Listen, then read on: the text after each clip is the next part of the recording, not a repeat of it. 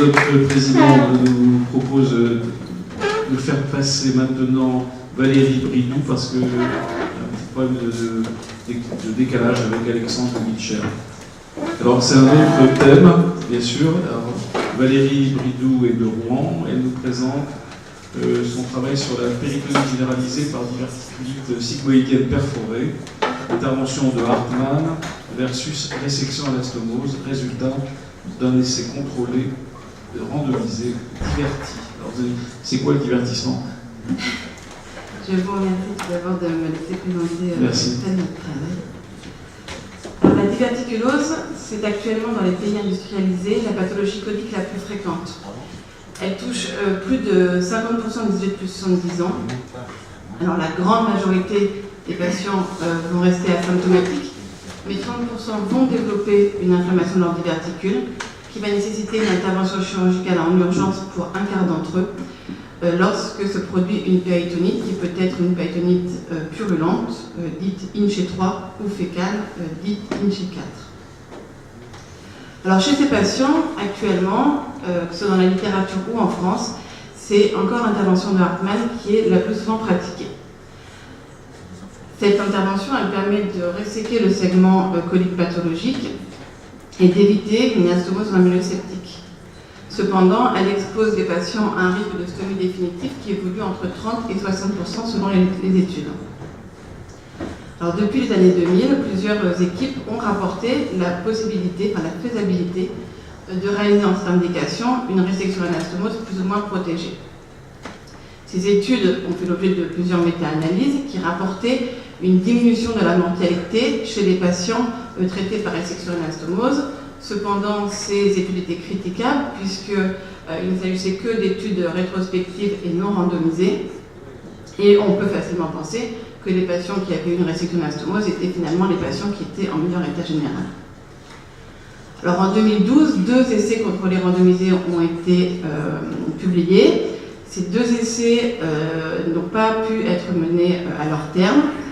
Le premier essai était un essai multicentrique mené par les Italiens qui a été stoppé après 9 ans d'inclusion pour des défauts de recrutement.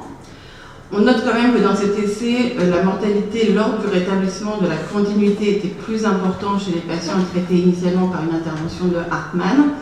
Cependant, les auteurs n'ont pas voulu tirer de conclusion puisque vous voyez qu'il y avait une différence importante en termes de nombre de patients entre les 2 groupes et ils suspectaient des importantes violations du protocole.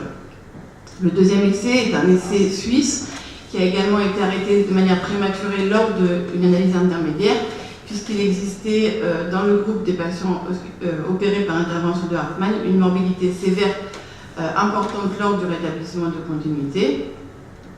On peut également noter dans cet essai qu'il y avait un nombre de stomies définitives plus important dans le groupe des patients traités par Hartmann que par résection anastomose protégée. Alors, parallèlement à ces 2 essais, nous avons mis en place en France un essai contrôlé randomisé dont le but était de déterminer si la réalisation d'une résection anastomose protégée permettait de diminuer la mortalité des péritonites d'origine diverticulaire par rapport à l'intervention de Hartmann, comme l'avait suggéré une étude rétrospective. Donc 8 centres ont participé à cet essai, 5 CHU et 3 centres hospitaliers généraux, et cet essai a été financé par le PHRC interrégional. Notre critère de jugement principal était la mortalité à 18 mois. Les critères de jugement secondaire étaient la morbidité évaluée selon la classification de Dindo-Clavien, le nombre de patients ayant une stomie définitive à 18 mois, la durée opératoire et la durée d'hospitalisation. Le nombre de sujets nécessaires avait initialement été évalué à 246 patients. Pouvaient être inclus dans cette étude tous les patients majeurs présentant une péritonite d'origine diverticulaire, purulente ou fécale. Le seul critère d'exclusion était un état général qui, selon le chirurgien et ou l'anesthésiste, ne permettait pas la réalisation d'une résection anastomose et la randomisation était réalisée en préopératoire immédiat. Donc entre juin 2008 et mai 2012, nous avons randomisé 102 patients, 52 patients dans le bras Hartmann et 50 patients dans le bras résection anastomose. Dans le bras Hartmann, un patient a eu finalement une coloprotectomie totale pour la découverte péropératoire d'un cancer du côlon gauche en occlusion avec des lésions du côlon droit. Et dans le groupe résection anastomose, 45 patients ont eu cette chirurgie, dont 15 patients qui n'ont pas eu de stomie de protection, et c'était une déviation du protocole de la part des chirurgiens. Et 5 patients n'ont pas pu avoir la résection anastomose, 3 fois pour des difficultés péropératoires, des difficultés techniques, et 2 fois pour une instabilité hémodynamique qui s'est installée durant l'intervention. Nous avons eu 2 décès post-opératoires dans les suites précoces et 2 décès au cours du suivi, mais qui n'étaient pas en rapport direct avec la diverticulite. Dans le groupe Hartmann, 17 patients n'ont pas pu avoir de rétablissement de la continuité. 8 fois, le patient ne désirait pas subir une nouvelle intervention chirurgicale et 9 fois, le patient a été récusé par l'équipe médico-chirurgicale. Pour le groupe résection anastomose, seuls 2 patients ont été récusés et il s'agissait de 2 patients qui n'avaient pas pu avoir, lors de la chirurgie en urgence, la résection anastomose et qui avaient donc eu une intervention de Hartmann. Donc il n'y avait pas de différence significative entre les 2 groupes concernant les données démographiques, notamment l'âge, le sexe, le BMI, le score ASA, la gravité de la péritonite et le nombre de patients qui avaient une péritonite stercorale. On peut d'emblée noter que l'âge maximal était respectivement de 92 et 93 ans, que 46% des patients ont été opérés par des chefs de clinique, donc qui n'étaient pas des chirurgiens spécialisés en chirurgie colorectale, et 40% des patients ont été pris en charge la nuit. Concernant la mortalité à 18 mois, elle était de 4% pour les patients traités par résection anastomose versus 7,7% pour l'intervention de Hartmann, et donc notre essai était négatif sur le critère de jugement principal. Concernant la morbidité, il n'y avait pas de différence lors de la chirurgie réalisée en urgence entre les 2 groupes, pas de différence non plus lors du rétablissement de la continuité, et lorsqu'on regardait la morbidité cumulée, il n'y avait pas de différence entre les 2 groupes. On s'est intéressé spécifiquement au sous-groupe de patients qui n'avaient pas eu d'iléostomie ou de colostomie de protection. Il s'agissait essentiellement de péritonite purulente, un seul patient avait une péritonite stercorale. Dans ce sous-groupe, la mortalité a été nulle et la morbidité faible, puisqu'il ne s'agissait que de complications ne nécessitant pas de réintervention chirurgicale. Concernant la durée opératoire, elle était plus courte dans le bras Hartmann en urgence, mais plus longue dans le même groupe pour le rétablissement de la continuité. Et au total, il n'y avait pas de différence significative, même si on peut noter qu'il y avait plus d'une demi-heure en plus au total chez les patients ayant eu une intervention de Hartmann. Pas de différence en revanche concernant la durée d'hospitalisation, que ce soit pour la chirurgie en urgence ou le rétablissement de la continuité ou la durée d'hospitalisation cumulée. En revanche, concernant le taux de stomie définitif, vous voyez que dans le groupe des patients qui ont une résection anastomose, seulement 4% des patients ont une stomie définitive et il s'agissait des 2 patients qui avaient été convertis dans le bras Hartmann. En revanche, pour les patients ayant eu initialement une intervention de Hartmann, nous avons eu un taux de stomie définitive de plus de 35%. Donc au total, en intention de traiter, dans cette étude, la résection anastomose a été possible chez 90% des patients. Le taux de mortalité n'était pas différent et notre essai est négatif. Nous n'avons pas non plus mis en évidence de différence concernant la morbidité, la durée de séjour ou la durée d'hospitalisation. En revanche, il existait une différence significative concernant le nombre de stomies définitives et cela constitue pour nous un argument supplémentaire pour la résection anastomose dans cette indication. Je vous remercie de votre attention.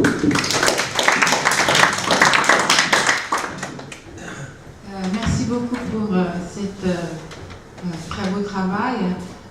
Pour introduire la discussion, je voulais vous demander, est-ce que vous ne pensez pas que ça serait intéressant de stratifier en fonction du INCHE, 3 ou 4? Oui, alors le problème c'est qu'on n'a que 20% des patients qui sont INCHE 4. Donc ça ne fait pas tant de patients que ça. Voilà, on s'est rendu compte que... Et puis je pense aussi qu'il y a beaucoup de patients INCHE 4 qui n'ont pas été inclus dans l'étude parce que c'était trop grave, donc ils ont été exclus. Et on n'a malheureusement pas le nombre total de patients qui n'ont pas pu rentrer dans l'étude. Et à mon avis, c'est des patients trop graves. D'accord. Il y a d'autres questions? Oui. Oui, Xavier Martin. Bonjour, vraiment j'ai bien apprécié. Et en fait, je suis surpris de voir que la cause la plus fréquente de non-rétablissement de continuité dans le groupe Hartmann, c'est que les patients ne le voulaient pas, finalement. C'était le choix des patients. Est-ce qu'il y a des études qui ont été faites? Parce que ça paraît quand même assez curieux de voir que les gens se résignent à cette situation alors qu'on leur offre la possibilité de conversion. Oui, alors je ne connais pas l'étude, c'est vrai que c'est intéressant. Après, je me demande aussi s'il n'y a pas une influence du chirurgien dans le choix du patient. Parce que c'est vrai que quand on a un patient chez qui il faut faire une iléostomie, on sait que ça va nous prendre à peu près une demi-heure, 3/4 d'heure. Alors que si on a une petite mamie de 90 ans en face de nous qui a eu un Hartmann, qui aurait dû faire l'information du patient, je pense qu'on peut franchement influencer le choix de la patiente. Oui, c'est ce que j'allais dire, comme ça rejoint. Je me demande s'il n'y a pas un petit biais lié à ça, parce que c'est pas la même chose de rétablir la continuité de la de faire une assumance colorectale. Et de fermer l'iléostomie, c'est pas du tout le même geste. C'est pas le même geste faire une anesthésie locale, enfin il y a plein de possibilités. L'autre, c'est pour l'importantomie avec toutes les difficultés qu'on peut comprendre. Donc ça me gêne un petit peu d'avoir une conclusion un peu comme ça d'arguer sur une stomie définitive pour promouvoir une certaine côté. Me gêne un petit peu en sachant que si un mentalité équivalente, peut-être, mais enfin, on peut aussi parler plus longtemps de la fissure respiratoire, etc., de la prise en charge, qui évidemment ne fait pas dans ce travail. Je pense que là aussi, il y a quand même pas mal de choses à dire dans ce domaine-là. Je suis d'accord avec vous. Et d'autres questions? Moi, j'espérais trouver la solution définitive à ce problème auquel je me suis intéressé pendant de longues années. Je vois qu'il y a un peu de travail à faire. Oui, alors là, l'avantage, c'est que maintenant, on a 3 essais contrôlés randomisés et qu'on est en train de faire une méta-analyse sur les données natives des 3 essais randomisés et on espère pouvoir éventuellement répondre grâce aux données natives, en fait. Vous pensez qu'on va avoir un bon guide de recommandation de pratique clinique sur le traitement de la téléphonie? Et en tout cas, une G3, j'espère, dans les mois à venir. Moi, je crois qu'il faut vraiment séparer les INSHEC-4 et les INSHEC3 qui sont les antibiotiques, qui finissent par se séparer tout seuls, mais peut-être que ceux qui restent, en question, on n'arrive pas à apprécier.